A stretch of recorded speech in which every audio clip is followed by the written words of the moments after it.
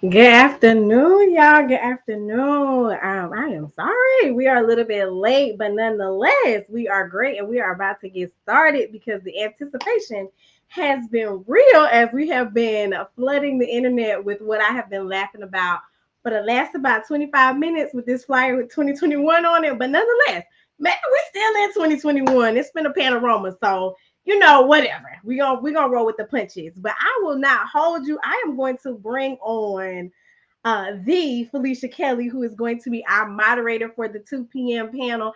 I am not going to try and introduce my guest sis. I'm gonna let her, handle that herself because she got it. Okay, she got it. I'm gonna let her introduce herself to you all, and then we are going to bring on the panel and we're gonna get this party started. Okay, so thank you all for joining, whether you're joining on my personal page or you're joining on the Dear Black Girl Shop page. I am super excited to have you for this first installment of Fearless Friday. Sophia, I'm gonna turn it over to you. Let the people know who you is and what you does and all the things. All the things. Hey now. Hello. Ted, can you hear me okay? Yep, I sure can. Good. First of all, thank you for having me. Number one. Two, if the people don't know who I am, it's because they haven't been on your page or mine because we talk about each other often. For those of you who are new to me, don't know me very well. Hey now, my name is Felicia Kelly. I am a speaker, influencer. Most importantly, I'm a kingdom strategist. So anything dealing with strategy, that's your girl. I'm a wife, mom, influencer. I'm really just a real girl out here with a call on my life doing what God says. So that's really it. What you see is what you get. The same way I'm online is me offline. And I'm honored to be here with Tab. I know she's very protective of her space. And so to have me come in and moderate a panel or participate at all, I'm very honored. The pleasure's all mine, Fee. So we about to bring y'all in. So get on ready to be on camera, ladies. We are bringing you into the space. And I am going to turn it over to Fee to let y'all introduce yourselves and let all the magic that is supposed to happen today go down. So y'all have a good one. I'm gonna get in the comments with the people so I can cut up with the folks. So y'all have fun.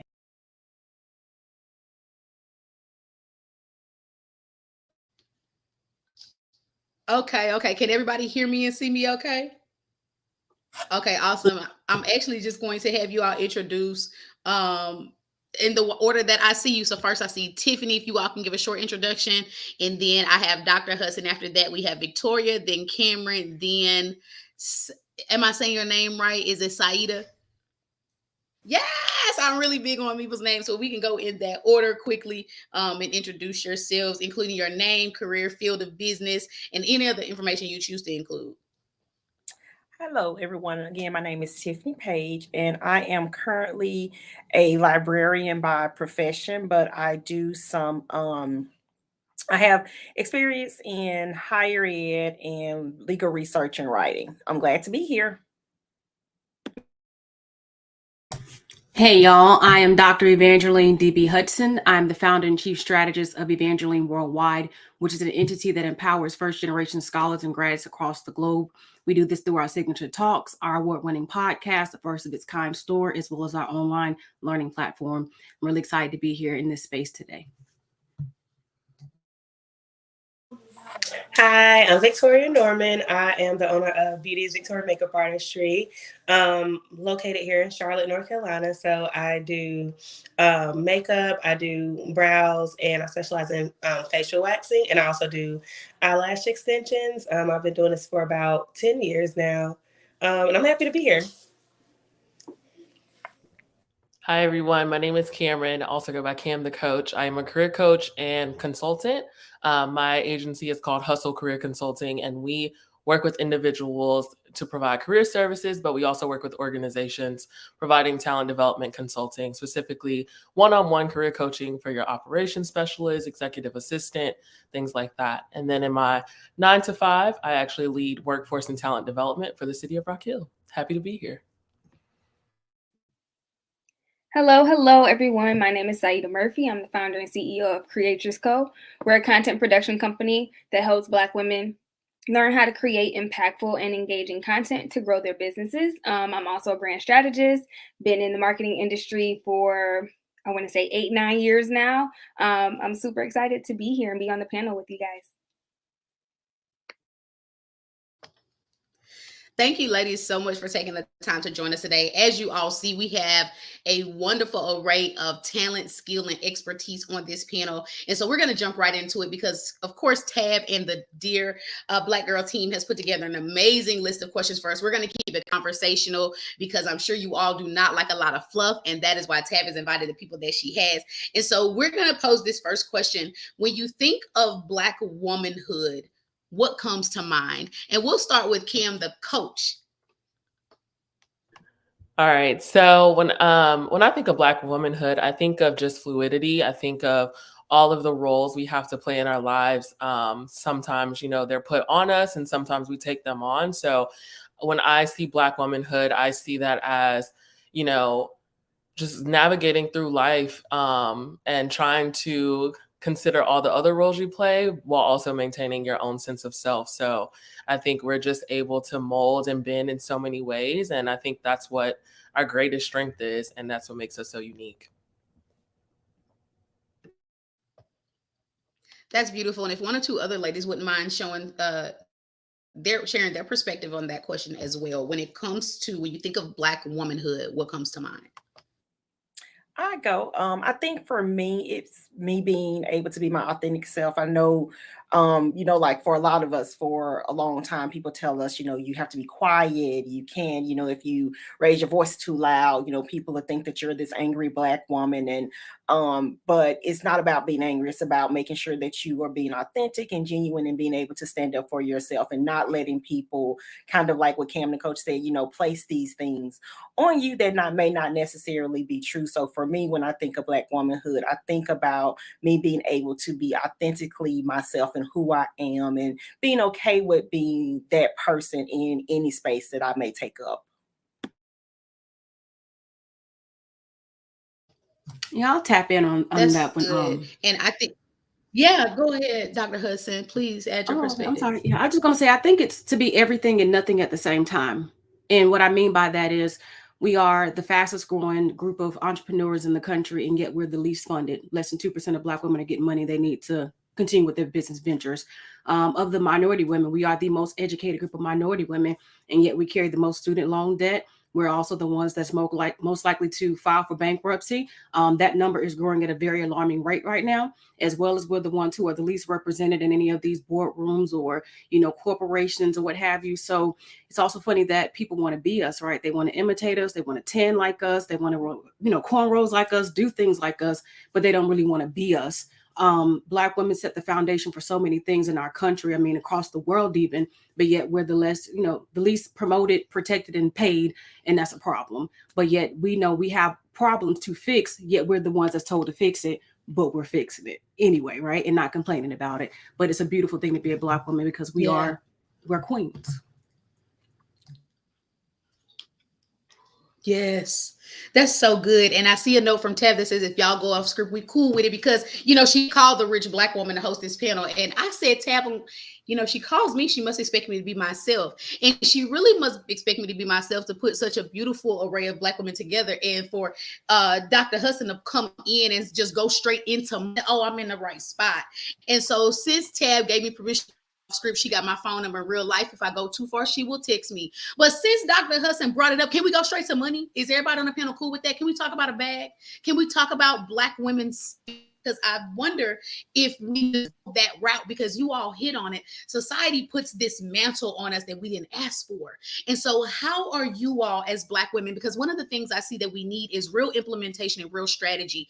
We are tired of the fluff. We're tired of you all embracing Blackness, but Black strategy, but you escape the Black struggle. So how do we as Black women, as you all brought up just now, get to a space where we're comfortable setting standards, whether it's money, where it's relationships? How have you ladies done it in your life where you set standards where it doesn't include settling? I'll hop in. I'm in transition, so I have not figured this out completely, but as I am evolving in my career, as I'm evolving in life, I'm learning to notice the patterns that are not conducive and notice the patterns that are those society restrictions that they've put on Black women and that people say, you have to fit into this box, and notice them and say, really take a look at them and say, okay, why am I thinking this way? Why do I think that I have to do this way? Why do I think that I have to carry everything? Why do I think that I have to be the strong friend all the time? Why am I thinking this way? And how can I take that thought and debunk it? How can I take that thought and shift it so that I can break those patterns and break those curses, and then also teach the new generation, teach my daughter, teach all the people who are coming after me, like, you don't have to do it this way. You don't have to struggle this way. You don't have to be overstressed this way. It's okay to take a nap in the middle of the day if you're tired. It's okay to not work on the weekends. It's okay to leave some dishes in the sink because you want to just sit down and watch Netflix. It's okay to take care of yourself and to step back and to do things outside of the norm. So I'll hop in real quick. Hey guys, I'm Whitney. I came in a few minutes late. I had some car trouble, which is funny because this is on the internet, but I'd have my car towed. But I wanted to tap in because I think the big thing for me when it comes to money is I had to find people who looked like me to tell me about money. And that was the easiest way. I mean, I was listening to Susie Orman, right, for a while. And we've got a lot of people out there. Shout out to Suze Orman. I mean, obviously we love her and appreciate her for what she's doing. Literally being one of the only women in the financial space for as long as she has been. I don't know any other women like her, right? But I wanted someone who looked like me. And so I remember, I think it was, I don't know, maybe 2018 or so. I found the Budgetnista. Many of you may know Tiffany Alashay. I think that's how you say her last name. Amazing, right? And she kind of opened my door, and she kind of made it cool to get interested in your money. And she took the stress away of figuring out how to navigate things. I mean, I know a lot of the basics, right? Got a financial planner, but even that it's difficult as Black women finding financial planners or people that we can put on our financial money team that understand us and what's been going on, as opposed to trying to fit us into, the Caucasian hetero male square that exists. And that's the majority of what people are doing in the financial world. So, and I learned that from my mom, but really tapping into mentors, reading the books. If you guys have not read Tiffany, her Budgetnista book called Get Good with Money, it's a great place to start, right? And she takes it chapter by chapter, bite-sized pieces. She's not if it was overwhelming, I would not recommend it. And I'm sure there's an audio version if you don't have time to sit and read it. But taking the time to educate myself was a big part of learning money and figuring out how to navigate the scene. The second book I'm also, you may have heard of, I'll Teach You to Be Rich by Ramit. I can't remember his last name. Very popular book. He has revamped it several times. I've been listening to the audio version. He's very funny. And he'll talk about things to navigate the financial scene as well. And he keeps it real. He's not like Dave Ramsey in a sense, but he keeps it real. So for me, it's really been about mentoring, education, reading, and surrounding myself with people who look like me in this space. I just want to hop in on that point. I think that's Whitney brought up a good point about finding somebody who understands the financial health of a Black woman specifically, because a lot of times we're caretakers either for older parents or siblings or things like that. So it's like sometimes you get this good job, but you can't bank on that whole paycheck every time because you might have to support somebody else. And that's not the case in the traditional financial education that we get. And so to Whitney's point, it's really important to find somebody who has that lived experience that can tell you, hey, I know you're also taking care of 5 other people with your career, with your salary, with your business. How can I really help you strategize through that? And then potentially, how can I help you educate those people so that you're not helping them anymore and you can really fulfill yourself in your financial health. So just wanted to throw that in there too. As an entrepreneur, setting financial boundaries. Because we think because we're Black, we have to be cheap. But just because I'm Black doesn't mean I'm cheap. So when people hear my rates or see my prices, it's kind of like, whoa, I'm not a value brand. And I'm okay with that. But to know that there are people in the market, other people who even look like me, who are willing to invest. It's more than money, it's investment. But even as entrepreneurs, I need to be competitive. So let me lower my price so people will book me and hire me. I went to school too long. I've been in too many professional development spaces. I read too much. I listen to too many podcasts to let myself not have what I deserve. I was reading a book by Ashley Kirkwood recently. I want to be paid and I want to be happy. And I shouldn't have to compromise one or the other, to be able to live my best life. And I think we as Black women have to unlearn the worthiness, and unlearn that money is evil, because money is power, and not that it's, all about the power. But you can't do anything truly, truly, truly impactful unless you have the reach, and the reach comes from money and being able to really make a difference. And that's something that I didn't really think about before, but it's just true. And it's accepting that and trying to lean into that and be okay with the fact that my brand ain't for everybody. And a book That's for that so is Rachel true. It's Rogers. interesting. Sorry, I was just going to give a book. The book that talks about Go exactly ahead. I what she think we just got a little mentioned. caught up behind one another. We do. There's a little teeny delay. I'm sorry, y'all. It is funny to watch, but it is really annoying. And it's tech, right? We just have to roll with it. But what I was going to say is the book Rachel Rogers, the We Should All Be Millionaires, is that, I think, the title. She talks a lot about equity, and that's where that exact point of the more money you have, the power that you have, the opportunities that arise from that. She speaks to it, and I think a really beautiful way. So that's another, for all my readers and my audio files out there, like that's another book to add to the list. And she is on it, and I learned so much from tapping into that book.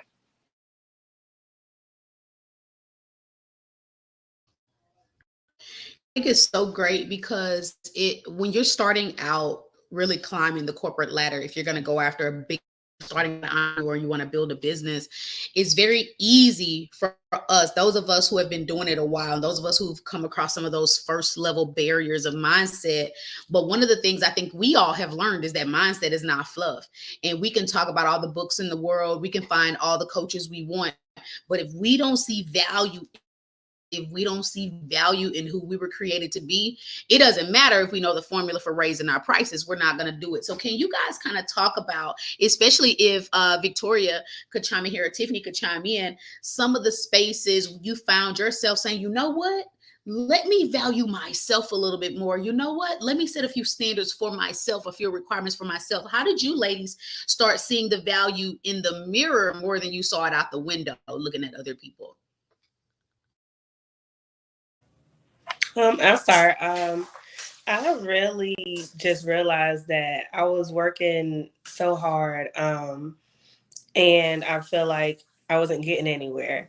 I was, booking clients, and I did a lot of free work, which I firmly believe that every opportunity that I've come across, isn't necessarily attached to a dollar sign.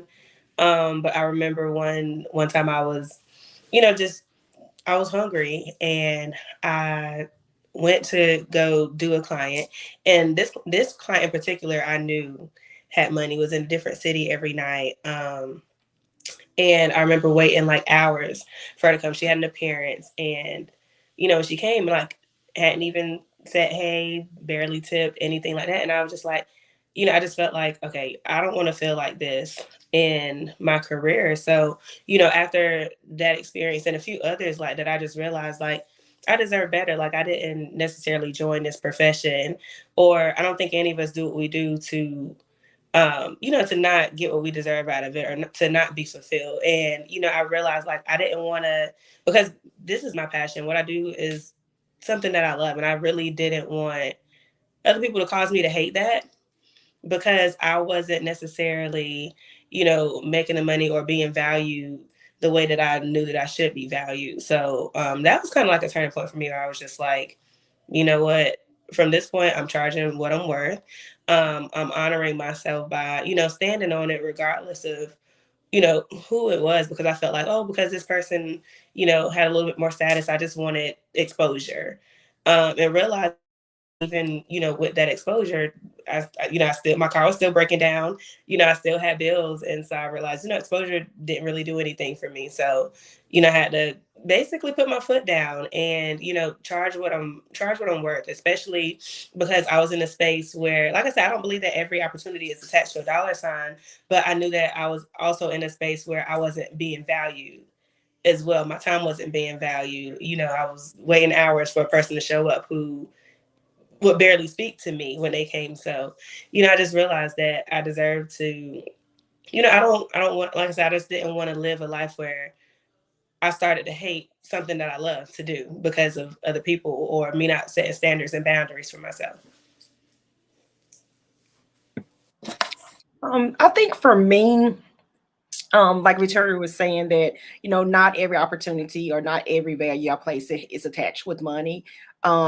Especially this last 2 years, going through the pandemic and everything, understanding that I need a peace of mind and I need to be respected. And you clearly value the tools, the experiences, the expertise I bring to the table, but you don't actually value me as a person. Like you see my worth, you know that I'm going to do what needs to be done, because you know that there are other people who are going to give you pushback, who they're not going to do these things, but you want me to do 5 and 6 other duties and responsibilities that have nothing to do with me, but it's because other people won't do these things. And so you're just like, okay, yeah, I know Tiffany's going to get it, so let me just go ahead and tell her. And so I had a huge problem with, okay, I really want to see this person succeed, so let me make sure that I'm showing up as my best self. I'm just like, you don't really care about seeing me succeed or anything. And so I probably need to take a step back and go where I am being respected, where I am being truly appreciated, and my voice is being truly appreciated. Like, you understand that these are the things that I bring to the table. And even, being outside of that organization, it was kind of like, okay, these other people think that, I are trying to listen to what I'm saying, or they really really appreciate and respect those things that I bring to the table. But these people over here just know, like, okay, well, yeah, she's competent and everything, and we know that she's gonna do the work, and she's not gonna go anywhere. No, there's always somewhere for me to go. There's always something else for me to do. And so understanding and stepping outside of kind of what that comfort zone is like, yeah, this is really great money, but I need a peace of mind, because I can't really enjoy this money because I'm always stressed out because of what's going on here. And so understanding that, yeah, the money may be great right now, but this isn't working out for me at this point. And so coming to terms with the fact of what that looks like, and making those steps out of being able to say, okay, you don't have to be here. Go and do what you need to do on your own terms, because you're the one who has the voice and everything and the expertise. And you can take this expertise and these skills and these tools that you accumulated and go somewhere else.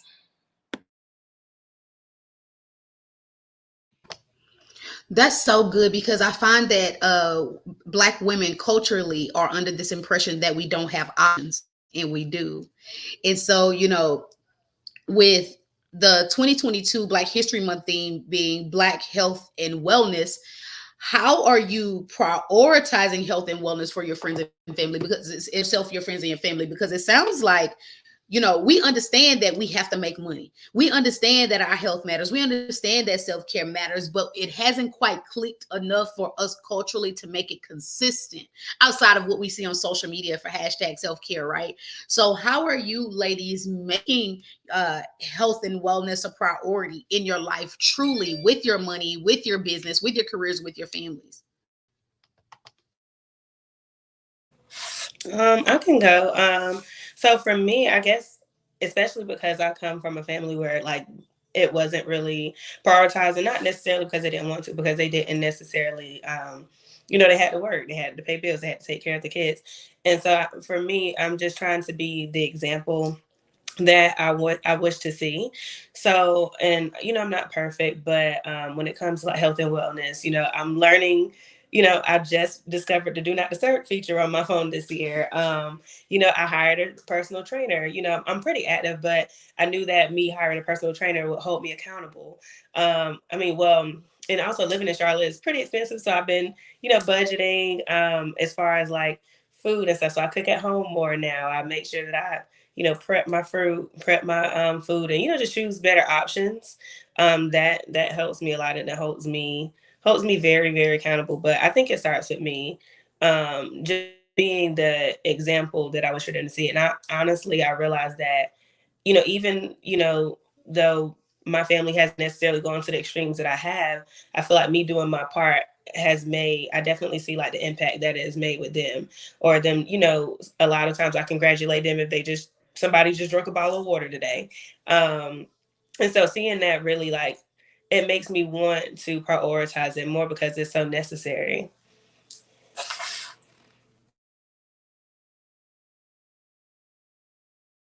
Yes, that DND feature is everything. If you guys have it, and what's cool about the Do Not Disturb is that you can actually customize it with the iPhones now. So you have different ones where you can allow certain things, and like it really is, it's beautiful. Shout out to DND. I was just gonna add using my words.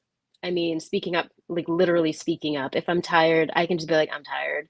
If I don't want to turn up tonight, I don't want to turn up tonight. And it's, oh, why don't you want to turn up tonight? Because I have this, or I don't need to explain it to you because I'm a grown up and you don't pay any of my bills. However you want to take the response, right? You can take it. But for me, it's speaking up, because if I don't speak up, the people don't know. And a lot of times you speaking up gives somebody else permission to speak up when they're going through it, because they're like, well, if Whitney said that she has a tummy ache, then it's okay for me to say that I have a tummy ache when I have a tummy ache next week, or you know what I mean? Something like that. I also will say too that I allow myself to have a good time.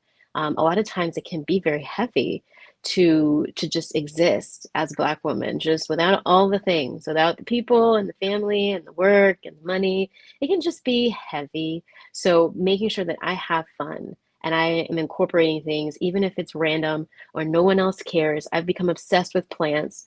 That gives me so much joy. Nobody understands it. Even my mom, she's the one who kind of got me into it, and I've gone like 80 times worse than her. And so now even she's like, okay, Whitney, are you okay? I'm like, I love the plants. I read. Reading to me is a way to pour back into myself. And then whatever your thing is, you have to create that balance. And I know work-life balance is a hot topic, and it's an issue for people to talk about it. But at the end of the day, it can't all just be one thing. It can't all just be hustle, hustle, grind, grind, go, go, fight, fight. It just can't. It's not sustainable. It's not healthy. And it's just not natural. You have to balance that with something else. Hopefully that's something that's legal and fun and, you know, rejuvenating in the same regard. But that's what I focus on. I give just as much energy and time and attention to me and to my thing and what I'm doing as to my business. And the last thing I'm going to say, and it's something I feel like I can only say here, so I'm saying this to y'all because y'all are going to understand this. And this may come out funny, but one of the things I've done is I look at some of my Caucasian counterparts and I see how they are communicating their needs and how they are operating. And a lot of times, especially the wealthy ones, they take things very seriously and they outsource and they delegate. And I realize they have the budget for it. But to Victoria's point about getting a trainer and doing things, I have made very strategic plans to make sure I'm creating, I call it my, I don't know if we're allowed to curse, but I call it my bad bitch dream team.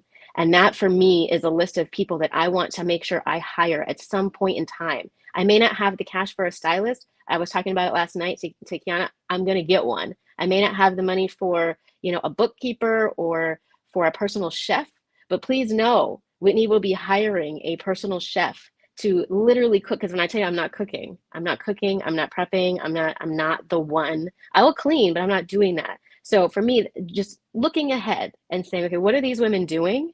Because whatever they're doing, it's clearly working for them. I need to figure out my version of that too. And it's been a journey, but I think it's going to, at the end of the day, it's going to help me tremendously. No, I love that. I think it's such a good point to make that.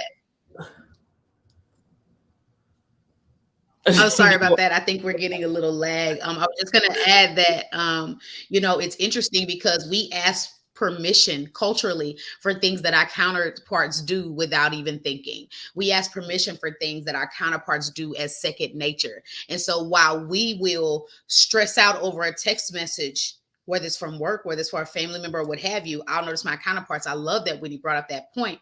They'll dismiss it because it's not a priority to them. And so one of the things that I continued to hear as Whitney was speaking was her putting herself as the priority. And Black women, those of you who are Christian women up here, especially those of you who are married women up here, those of you who are moms up here, who are taught this narrative that once you become XYZ, your life doesn't matter anymore. And then you realize after that you've been taught since birth as a Black woman that your life doesn't matter at all. And so before you wake up 7 75 and regretting your whole life, it could be a great idea to make yourself a priority. And then once you make yourself a priority, make yourself the priority. And that's what I love about Whitney, was that she continued to tell you all, oh, actually, I made myself a priority. And so her sharing how she did that, and I had to send up the snaps when she started talking about plants, because I did the same thing. I realized that playing with plants kept you from choking people. And I was like, wow, that's wonderful. I didn't know. And so if it can keep me from acting a fool online, why wouldn't I? And that's the point, you guys. You have to make yourself a priority. These ladies came on here today. We set time aside today because we made you a priority. How often have you shown up to a room where everybody's made you a priority except you? That's why you can't accept compliments. That's why you won't raise your prices. That's why when people reach out to you to work with you, you're shocked that they reached out to you. Well, you're marketing your services, aren't you? You should not be shocked. And what I love about this panel of women is that it's interesting how we all know what we do and know what we stand for, know our standards. And I would pose this question as a follow-up. Would you ladies agree that is because we actually have found out who we are? Right? Once you find out who you are, the things start falling into place. Those of you, and I think I cut off Cameron, Coach Cam the coach, as we were speaking at the same time. If you want to pick it up from there and just talk about how knowing who you are has impacted your life and allowed you to make these kinds of decisions. Yeah, 100%.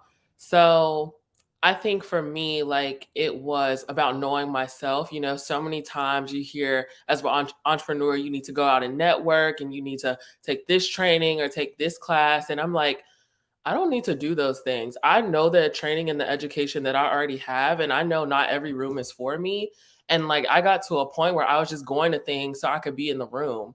And I know I'm an introvert, so I would be in the room and not even make connections. So I'm like, why am I here? Right. So I had to take like that step back and say, okay, where are the people that I want to connect with that are not going to pull me out of who I am as an entrepreneur? Like, who is going to let me be the introverted entrepreneur? I don't want to be the person that, goes to every event or goes to every party. That's just not me. I love being at home.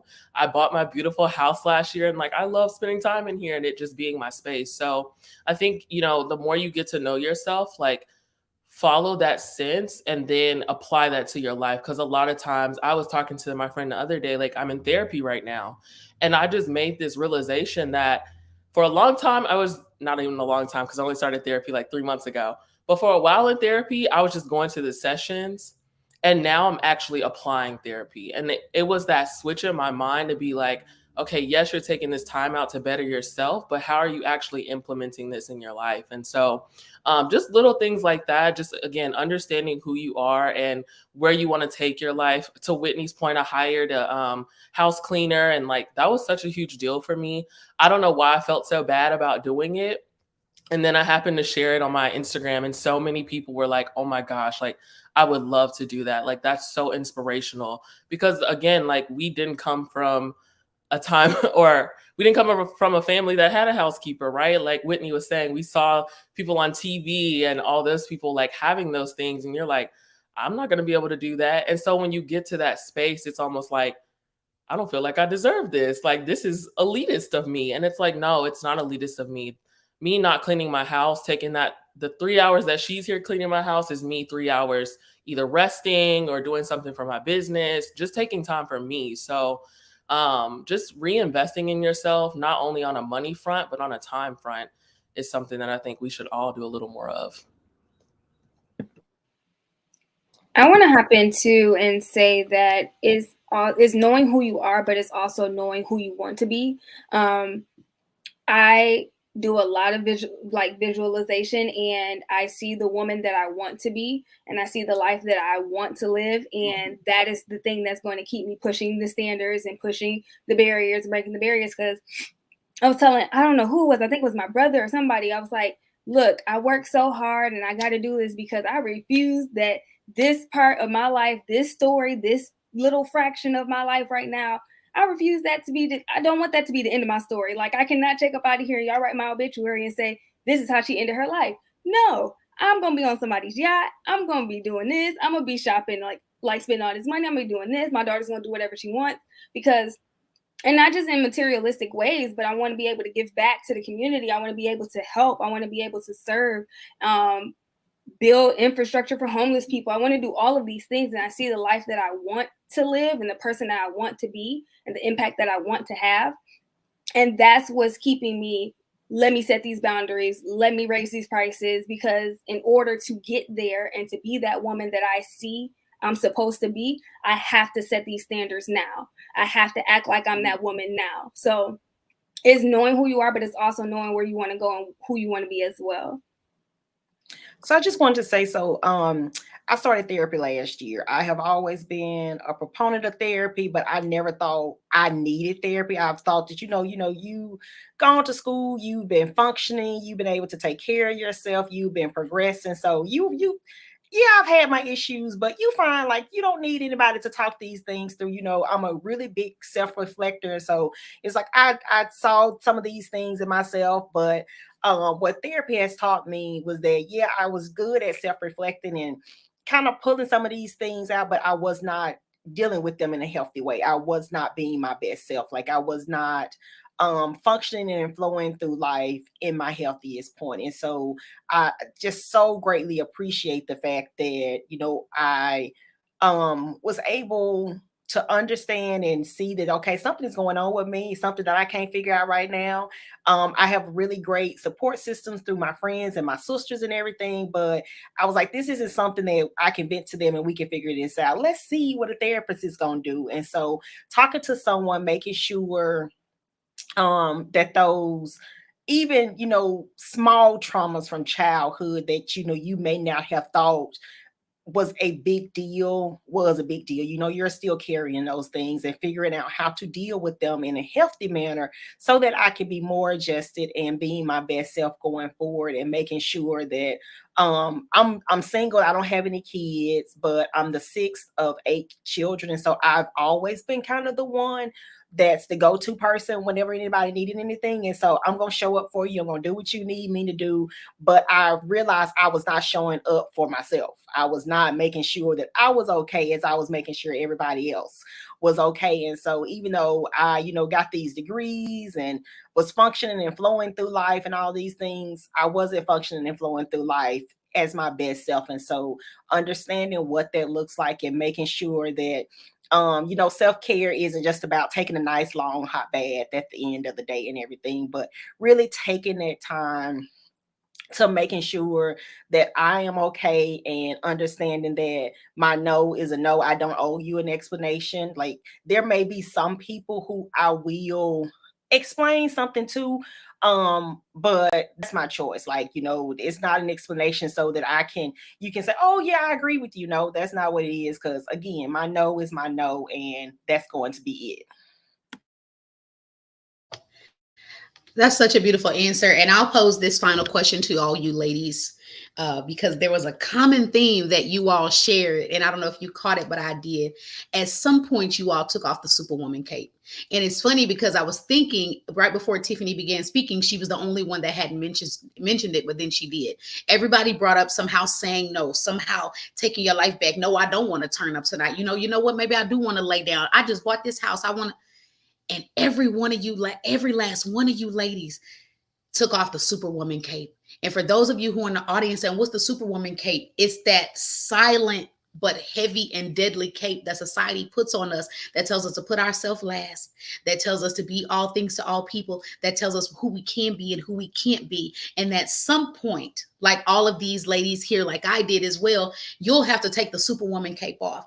And so as you all tell people how to connect with you, how to stay in touch, can you also answer that final question as well? And we'll start with Tiffany. We'll go to Dr. Hudson. Then we'll go to Victoria, Coach Cam, the coach, Saida, and then we'll wrap with Whitney before we bring Tab back. So that's the final question. Tell people how to connect with you and tell them how you took off the Superwoman cape. So you can connect with me on Twitter at TRPAIGE1. And so for me, taking off that Superwoman cape came when my mom unexpectedly passed away 5 years ago. And so I was her primary caregiver. And it was just kind of realization of the fact that this is what's happening. these are the people who are here. These people were not here through all of this. And now they're kind of popping up. And, you know, there's an expectation that Tiffany is supposed to show up for everything. And, you know, she's going to do this and she's going to be in the audience wherever we need her.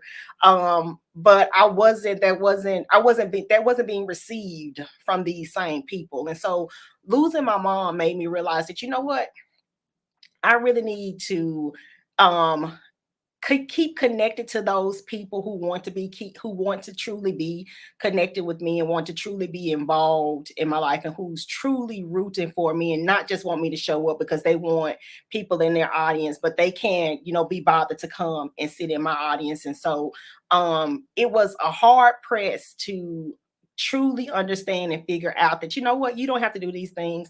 Yeah, they're gonna get mad, but they're mad because you're not doing what they want you to do, and you're not going to always be their beck and call girl anymore. So it's not that you're a bad person, you're just not being there to be used anymore. And I was okay with that, because there are people who truly wanted me to be around them. They wanted to truly engage with me. They wanted to truly be a part of my life and making me a part of their lives in very intricate ways. And so it was easier being able to step back and say, you know what, this isn't where I need to be anymore. This isn't the types of situations I need to be in, and I'm gonna be okay with it. You can be mad, but you being mad means that you're not calling to ask me for anything, so I'm okay with that too.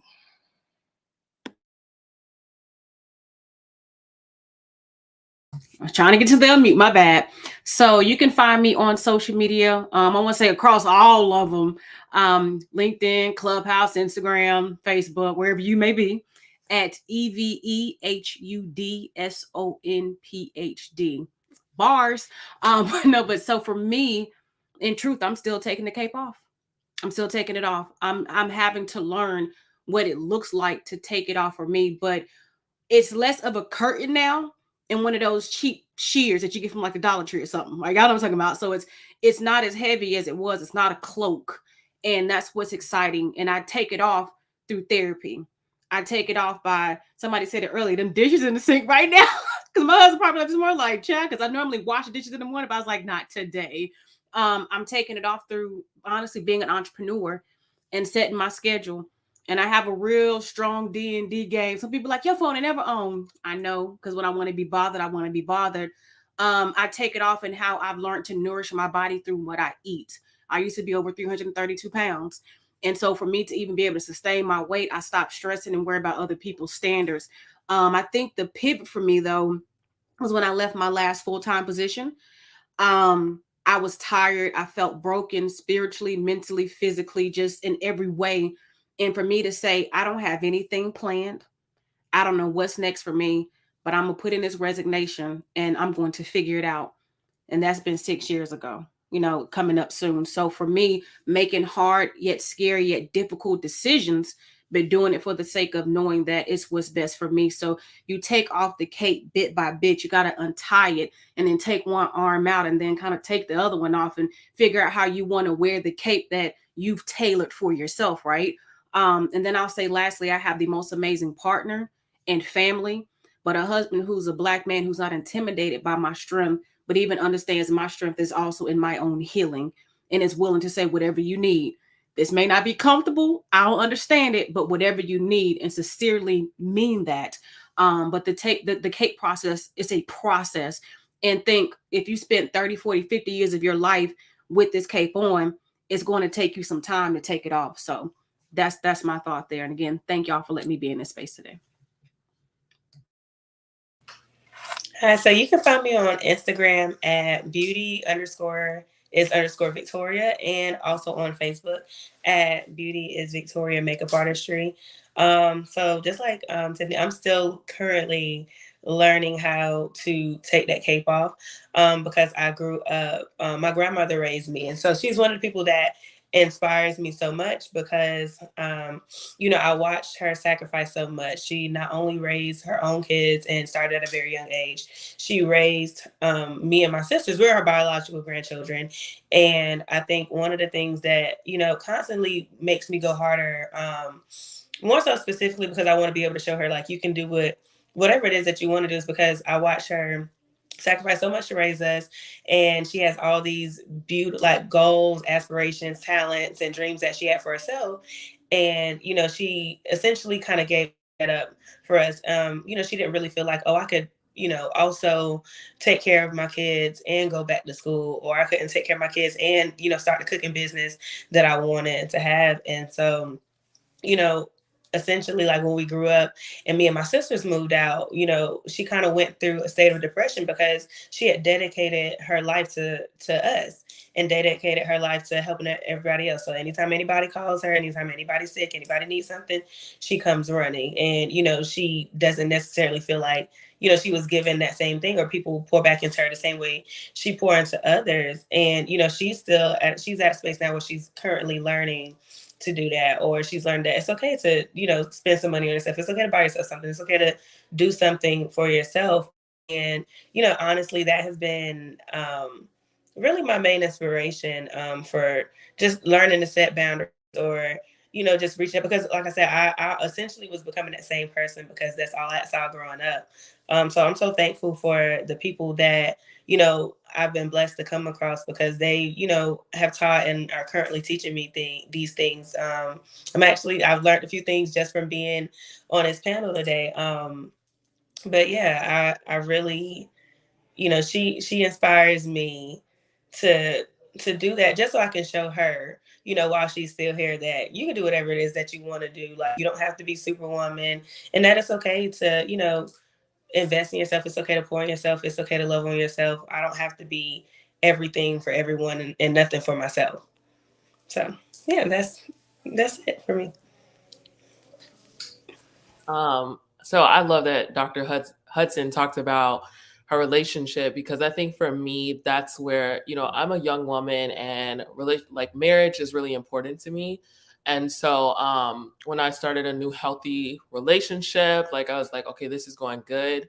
I was like, I don't want to bring any negative energy, any bad vibes to this new relationship, because I want this to be my forever relationship, right? And you just don't want to bring that baggage. And as I work, I have like a pretty high position in the city here, and I meet with all these different people. And not only I'm a Black woman and a woman, I'm a young Black woman. So a lot of times I go into these spaces and I just realized I was always playing defense, and I was like, I don't want to play defense anymore. Obviously, I'm in this position because I'm qualified and they know I can do the job, and I'm not going to prove myself to anybody anymore. And so just taking off that level of like defense really helped me to, one, just go to therapy and then actually start implementing therapy, because I was like, my career is not forever, but my home life and my family really matter to me. And if that's what's a priority, I have to make that a priority. And I need to do whatever I can on the career side to make sure that I'm not bringing that energy here. So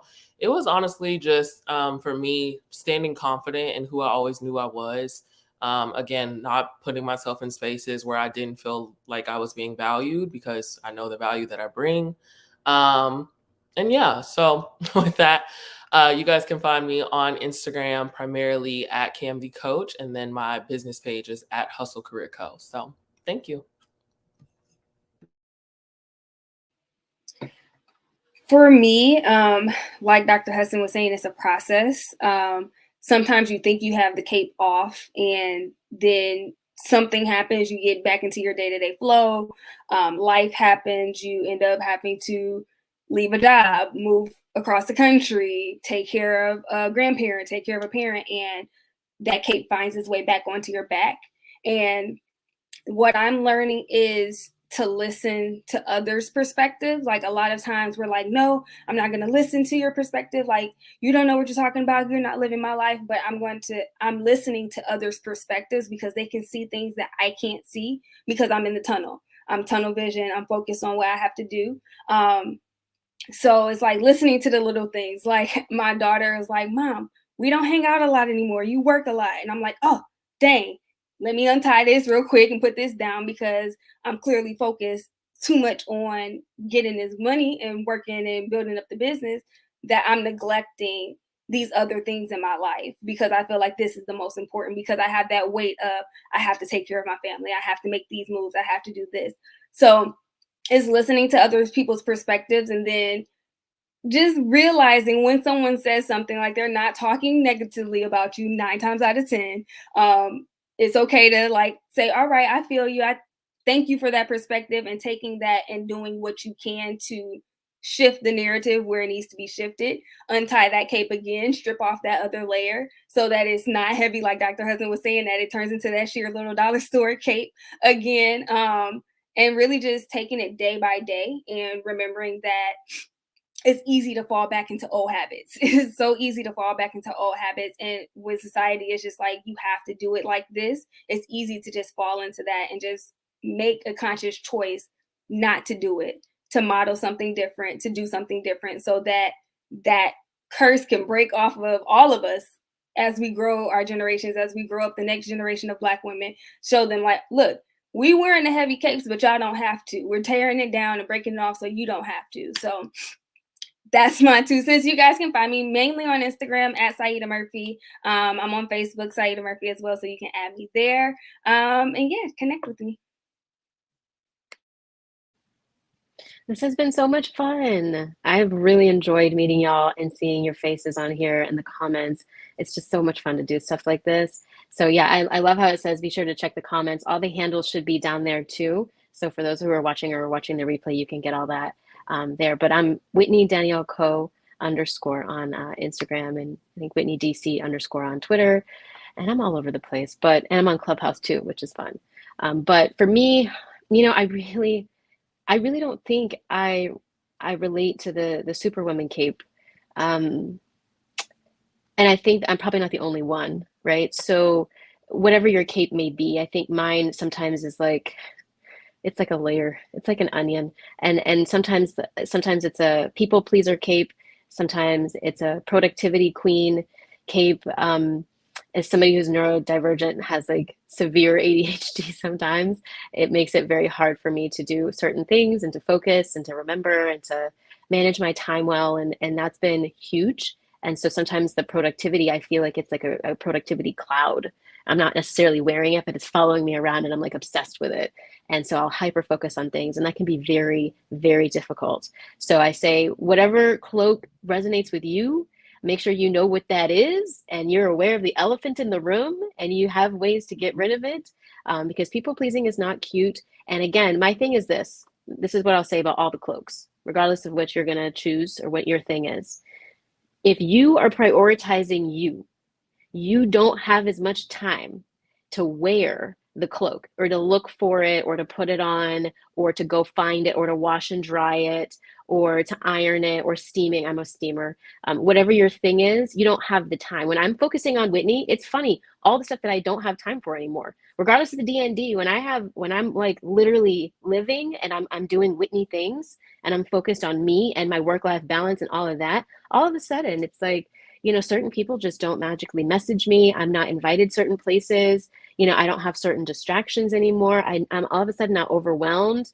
It's literally like I'm living a different life when I'm prioritizing myself. So that kind of full circles this whole conversation back to prioritization of you and figuring out what your balance is. And that is what helps you not have to worry about the cloak and your perception and being somebody that maybe it's just not you. If it's not you, like, we don't have to engage in that. We have choices. We said that too. We have options as Black women. We have options. So look at them, choose the option that you like, that matches what you're going to be doing, and wear it with pride.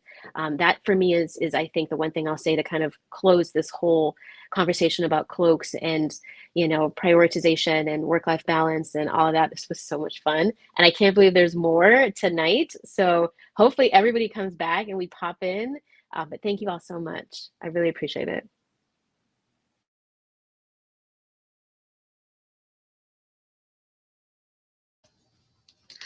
I'm not even sure what I'm supposed to say after that, because I'm so honored to have moderated this panel today of such amazing Black women, and to wrap up with Whitney bringing the point home about prioritizing you.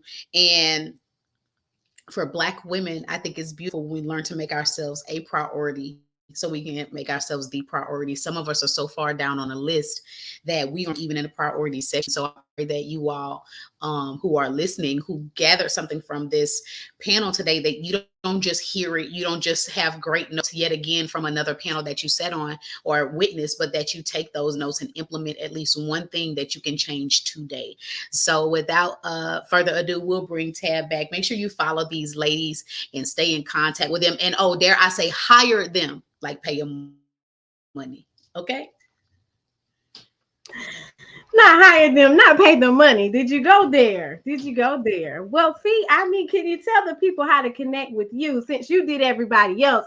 I'll come in on the back end. I did drop the Rich Black Woman TV in the comments already, but let the people know how to connect with you and how did you take off the cape or whatever question you asked. Because unfortunately, I was on the floor. I don't even really remember much of what was asked. But if you could answer that last question and then tell us how to connect with you, that would be amazing, and we'll bring it on home.